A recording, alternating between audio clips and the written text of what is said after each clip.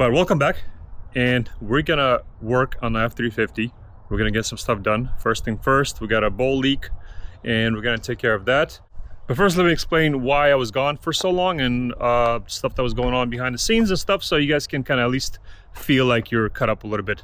And then we're gonna get back to the F350. So guys, so I don't know where to start, but basically I had to do a lot of work on the motorhome.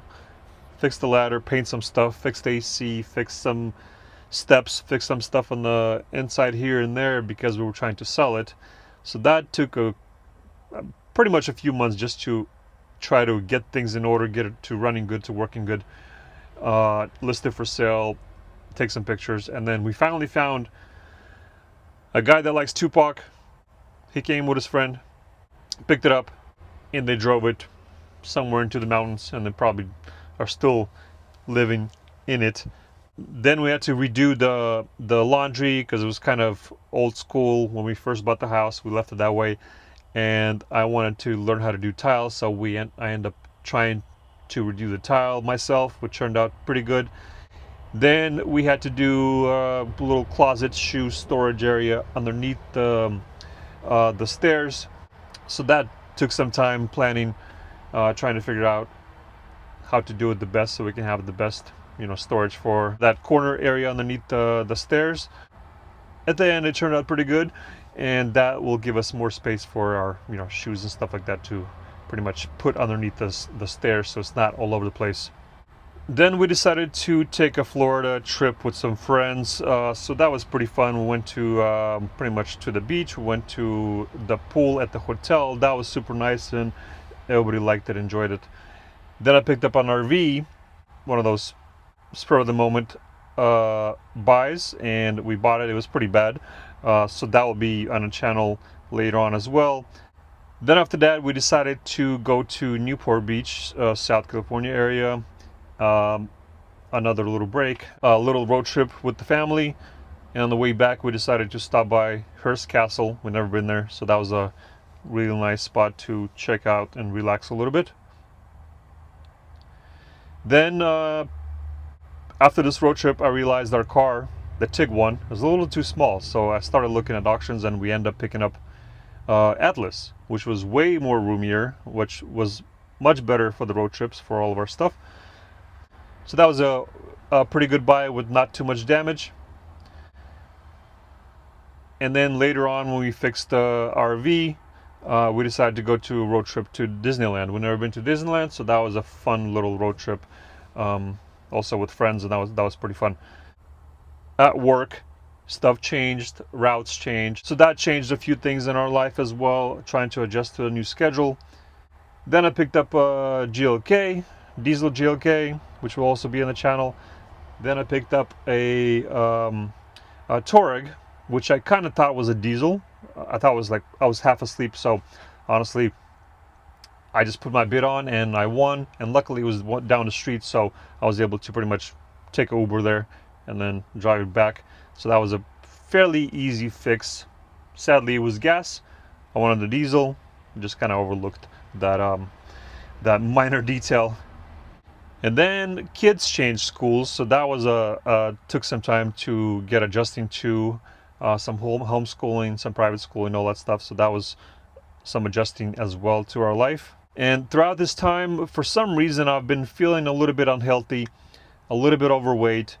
My muscle and tendons were hurting to a point where I honestly couldn't even hold like a drill or a grinder for more than a few seconds without having some weird burning, pulling pains in my lower bicep areas. I don't know why, and the doctors couldn't figure it out, so they just told me basically just rest, which is kind of what I was doing. So I wasn't even going to the gym. I was just basically just taking it easy, hoping they'll go away, and like for a good maybe year, if not longer, it was not going away. Honestly, I don't know what it was, but it could have been related to unhealthy eating. So basically just a lot of things just piled up. And then of course the garage became a mess with a bunch of stuff just piled everywhere, just throwing it here and there, no organization at all. So yeah, that was pretty much my last couple of years that I've been off YouTube. My health improved a little bit. I did some dieting, lost a little bit of weight, So hopefully now things will be improving and I'll be catching up to projects and I'll be posting more often. My schedule at work is even actually busier than it used to be, but I'll try my best to pretty much, equal out my schedule, home to-dos and YouTubes and all that stuff. So we'll see how that goes. All right, so now let's get back to the F350 and get this leak taken care of.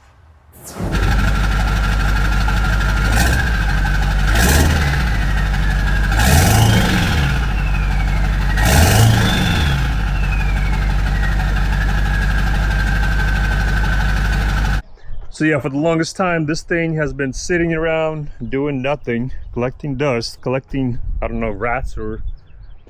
So yeah, I do want to go back through this thing, start cleaning it a little bit.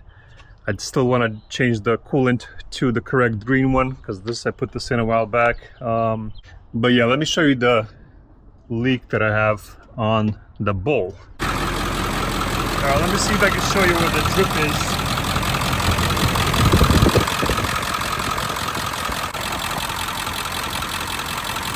Looks like it's from the valve at the bottom of the valve, there's the O-ring. It might be like right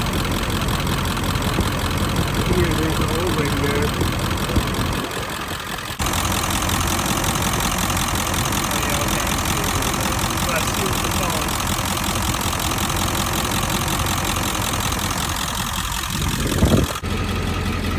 on. I did buy this camera a while back, probably like a year ago, and I forgot I had it. So let's try this, see what it looks like with this little camera here. And it's pretty cool because this one has a light on it, and when you turn the thing, when you turn the knob, just wiggle around, look any direction you need to. So let's see what we can see with this guy. So the way the camera works, it connects to your phone with a wire, and then I was able to pretty much look around, see if there's any other leaks. I was pretty sure it was just the O-ring on the valve, but I wanted to make sure there's no other oil leaks anywhere or anything else that you can kind of miss from the top, because from the bottom you can't really see it unless you use some mirrors. But this kind of gave me a chance to take a look pretty good, because it has a little light on there, so it's not the best quality in the world, but it's good enough to see with the light and close up. And now that we can see that's pretty much leaking from the bottom of the valve, so I'm pretty much 100% sure that it's the O-ring. High pressure oil lines are good, no leaks there, no drips. All the wet stuff was pretty much from the diesel splashing around with the blowing radiator fan. All right, so I'm gonna go ahead and start taking things apart.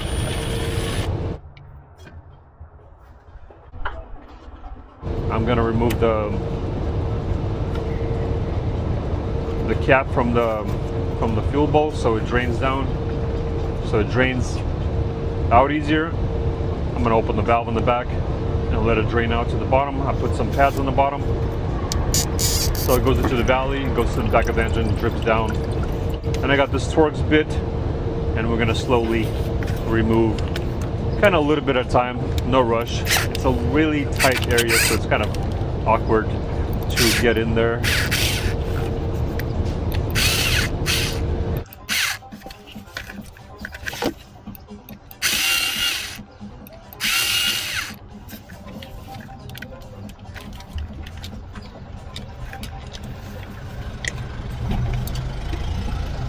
And then I was trying to use shorter bits, longer bits, so it kind of depends how much room I'm getting.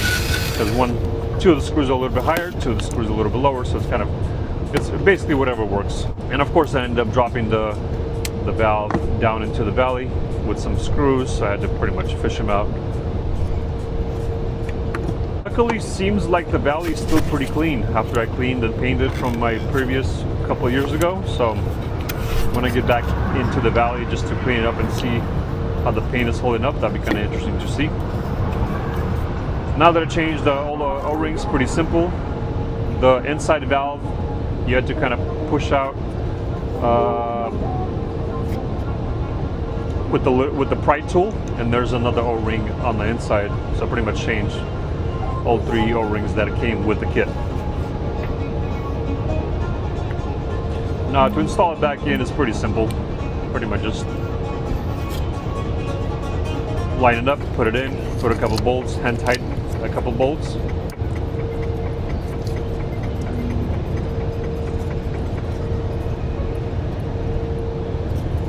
And then when you tighten each bolt individually, don't tighten them all the way. Try to do X pattern. So all the O-rings are compressed nice and flat.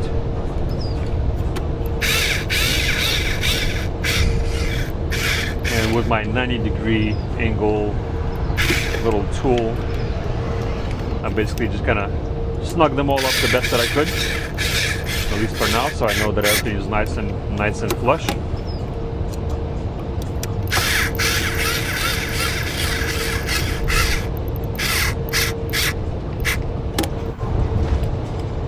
And then at the end, I use a little ratchet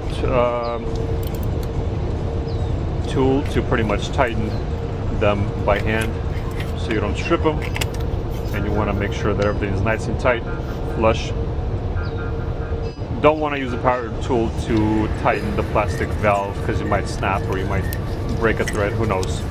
And then I installed everything back, all the connectors, hoses, and put everything back in place. And now we're going to start up and see if we have a leak.